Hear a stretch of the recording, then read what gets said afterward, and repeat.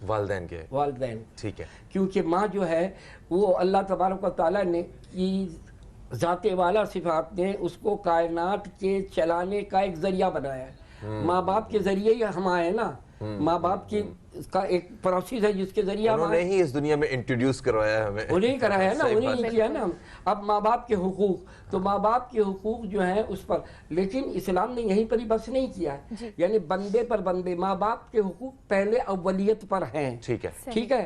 اس کے بعد بندے پر حق کیا ہے، پڑوسی کے حقوق کیا ہے، بیوی کے حقوق کیا ہے، بچوں کے حقوق کیا ہے، معاشرے کے حقوق کیا ہے، انسان پہ حقوق کیا ہے، معذوروں کے حقوق کیا ہے. جی جی جی ٹھیک ہے نا. یتیموں کے حقوق کیا ہیں، یعنی بیچارے جو آپ کے اس کا یوں سمجھ لیں کہ اس کے تعاون کے محتاج ہیں، ان کے حقوق کیا ہیں، یہ سب دینا ہے.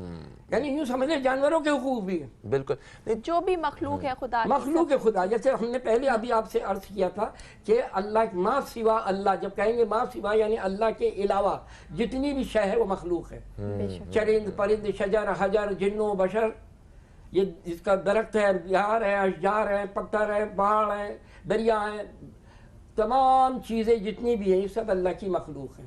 تو اب اللہ کی مخلوق کے ساتھ وہی سلوک کیا جائے جو اللہ نے اس کے لیے متعین کیا ہے. ٹھیک ہے سر، ہم آپ سے وہ سنیں گے کہ کیا وہ سلوک ہونا چاہیے، لیکن فی الحال وقت ہوا ہے بریک کا، کہیں مت جائیے گا، دیکھتے رہیے نیوز کیفے.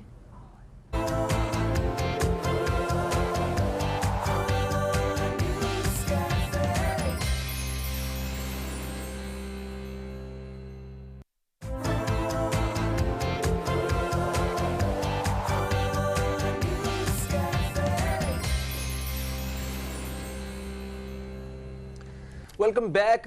آپ دیکھ رہے ہیں نیوز کیفے، میں ہوں فہیم عباس اور مفتی نواب نفیس قدوسی صاحب ہمارے ساتھ موجود ہیں. آپ سے بات کر رہے ہیں ہم حقوق العباد کے حسین موضوع پہ.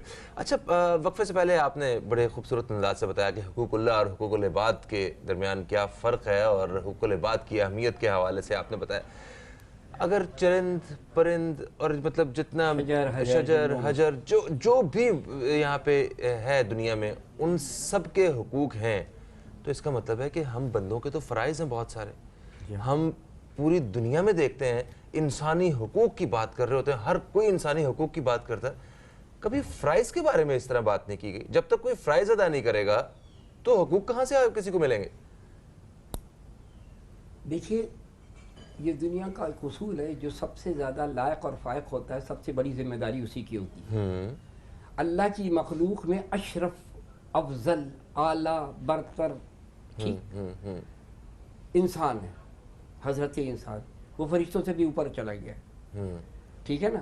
ان کے اپنے اعمال ہیں لیکن انسان ہے، کیونکہ اللہ نے اس کو شعور دیا ہے، عقل دیا ہے، سمجھ دیا ہے، سوچ دیا ہے. اسی لیے اللہ تبارک و تعالیٰ نے ایک سلسلہ چلایا، حضرت آدم سے رسول اللہ تک کو سب انسان آئے، فرشتے کو نبی بنا کے نہیں بھیجا ہے. بالکل صحیح، ٹھیک ہے.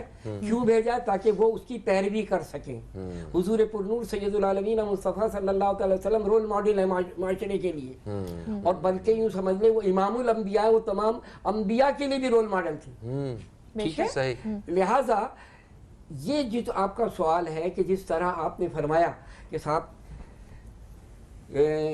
آپ کا سوال جو ہے کہ مطلب فرائض کی بات کیوں نہیں کرتے ہم؟ اگر حقوق کی بات کر رہے ہیں تو حقوق تو تبھی ادا ہوں گے نا جب کوئی ہم فرائض سمجھ کے مطلب وہ ادا کریں گے. حقوق کی بجا آوری در حقیقت فرض ہے. جیسے ماں باپ کی خدمت کرنا فرض ہے، اولاد پر واجب ہے. کسی نے سوال کیا یا رسول اللہ صلی اللہ تعالی علیہ وسلم، انسان کے لیے سب سے بہترین عمل کیا ہے؟ تو دو حقوق بتائے. جواب آیا کہ وقت پر نماز پڑھ لے اور ماں باپ کی خدمت کرے. فرمایا اس کے علاوہ کیا ہے؟ فرمایا ماں کی خدمت کرنا. اس کے علاوہ یعنی حق، ماں کا حق. اس کے علاوہ کیا ہے؟ ماں کا حق. اس کے علاوہ کیا ہے؟ ماں کا حق. اس کے علاوہ کیا ہے؟ باپ کا حق. تو حق کی بجا آوری در حقیقت فرض ہے، واجب ہے، جس کو باقاعدہ دیانتداری کے ساتھ، اخلاص کے ساتھ، ایمانداری کے ساتھ ادا کیا جائے، وہی صحیح فرض ہے. بالکل صحیح. اچھا اس میں کوتاہی نہیں کرے، اس میں اپنی طرف سے امینڈمنٹ نہیں کرے کوئی، کیونکہ انسان کو کرنا وہ ہے جو رب نے فرمایا. اس کی عقل تو ہے ہی نہیں، کیونکہ انسان تو اتنا عقل کا اندھا ہے. جیسے کبیر داس کہتا ہے کہ رنگی کو نارنگی کہے، مال کو کہے کھویا، چلتی کو گاڑی کہے، یہ دیکھ کبیرہ رویا.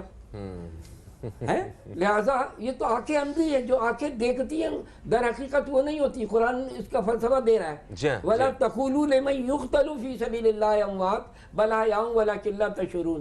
جو تم آدمی کو دیکھ رہے کہ میرے سامنے قتل ہوا، اللہ کہہ رہا ہے اس کا کلیجے کہ تو قتل ہو گیا، جب گردن کٹ گئی کسی شخص کی تو وہ مر گیا. اللہ کہہ رہا ہے مردہ نہیں، وہ زندہ ہے. صحیح. اب اس کی فلسفی کیا ہے؟ کیونکہ وہ اللہ کے لیے گیا ہے. اس نے اللہ کی، ہر مسلمان پر اللہ کی برتری عظمت فرض ہے، جس کے لیے وہ آگے آئے گا. ایمان کا پہلا درجہ، ایمان کا پہلا درجہ کیا؟ وہ مقابلہ کرے، وہ آگے آئے، کیونکہ وہ اللہ کا بندہ ہے، اللہ کا سپاہی ہے ہر مسلمان انسان. لہذا اتنا یاد رکھیے کہ اس کے اندر کوئی کوتاہی جو کرے گا تو پھر اس نے حق ادا نہیں کیا.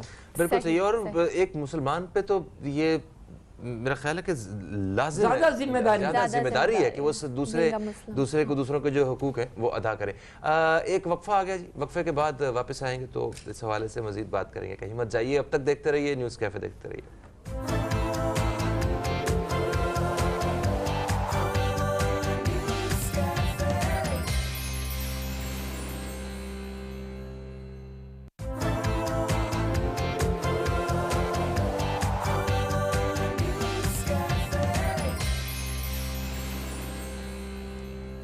Welcome back. آپ دیکھ رہے ہیں نیوز کیفے اور میں ہوں زہرا رضا. میرے ساتھ موجود ہیں فہیم عباس اور مفتی نواب نفیس صاحب ہمارے ساتھ موجود ہیں، جن سے آج ہم حقوق العباد یعنی بندوں کے حقوق کے بارے میں بات کریں. مفتی صاحب، اسلام کی اگر بات کی جائے تو دین اسلام تو ہمیں یہی سکھاتا ہے، یہی پڑھاتا ہے کہ اللہ کی جو بھی مخلوق ہے اس سے محبت کی جائے. لیکن جب ہم لوگوں کے عمل دیکھتے ہیں تو ہمیں اس میں یہ چیز نظر نہیں آتی. یہاں پر ہر شخص جو ہے وہ اپنی مفاد کی بات کر رہا ہے، اپنے بارے میں سوچ رہا ہے. اسے اس بات سے کوئی غرض نہیں ہے کہ اس کی ذات سے کسی دوسرے کو کیا دکھ پہنچ رہا ہے یا کیا تکلیف ہو رہی ہے.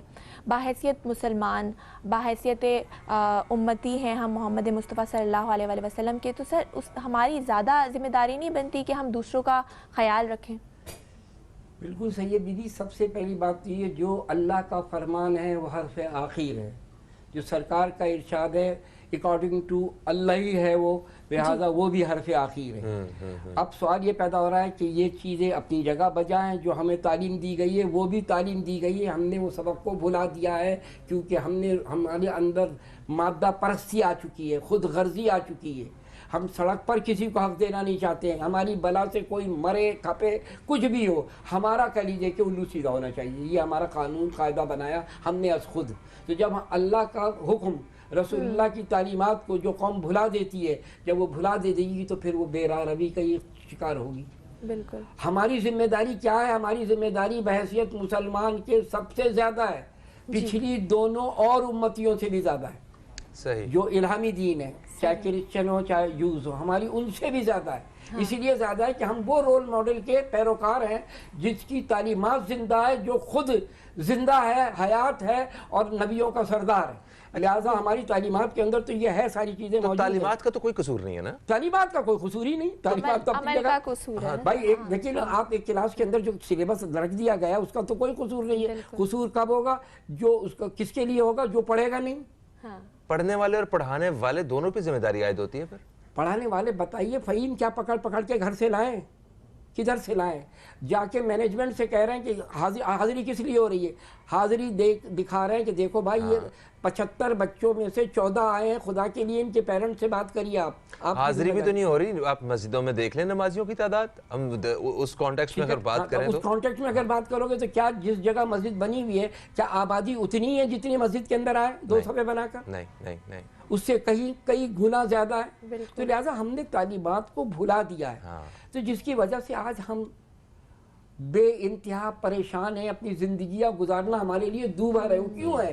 ہم نے اپنے پیر پر اپنے ہاتھوں سے کلاڑی ماری ہے. بالکل. اصل بات یہ ہے سرکار دو عالم صلی اللہ تعالیٰ علیہ وسلم کے پچھلے بھی تو امتیوں کے کارنامے دیکھو بھائی. ہیں گھر سے لے کر گھر والے اور در والے سب کو دیکھ لو. صحیح. کسی کو یہاں تک کہہ دیں کہ رسول اللہ فرمائے کہ انس ایسے جیسے میرے گھر والے، تو کوئی خوبی تو دیکھ رہے تھے، کوئی وصف تو دیکھ رہے تھے کہ وہ ایران سے نکل کے میرے پاس آ گئے. تو ہم نے سب چیز بھلا دیا ہے. اب ضرورت اس بات کی ہے, یہ ٹاپک متقاضی کس کا ہے؟ آپ نے ٹاپک بہت اچھا چنا ہے, اور یہ عوام دیکھ رہی ہوگی, جو دیکھ رہی ہے اس سے 10 وسطہ یوں میرے ہاتھ جوڑ کر ہے کہ خدا کے لیے جو ہم باتیں کر رہے ہیں اس پر عمل کر لو, تمہاری زندگی میں بہاریں آ جائیں گی.